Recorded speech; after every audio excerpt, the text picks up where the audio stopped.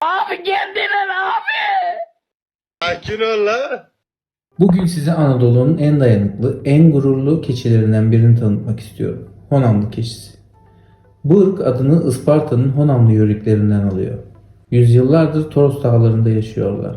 Soğuğa, sıcağa, zorlu doğa şartlarına meydan okuyorlar. Honamlı keçisinin en belirgin özelliği uzun bacakları ve güçlü kas yapısı.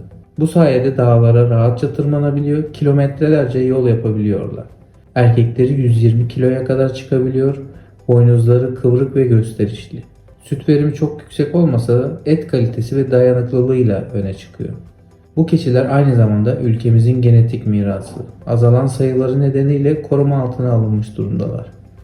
Biz de Honamlı keçisini tanıtarak bu eşsiz ırkın değerini unutturmamak istiyoruz. Çünkü her ırk bu toprakların bir hikayesini taşır. Ama reportajımı bölüyorsun. Açım. Ha doğru.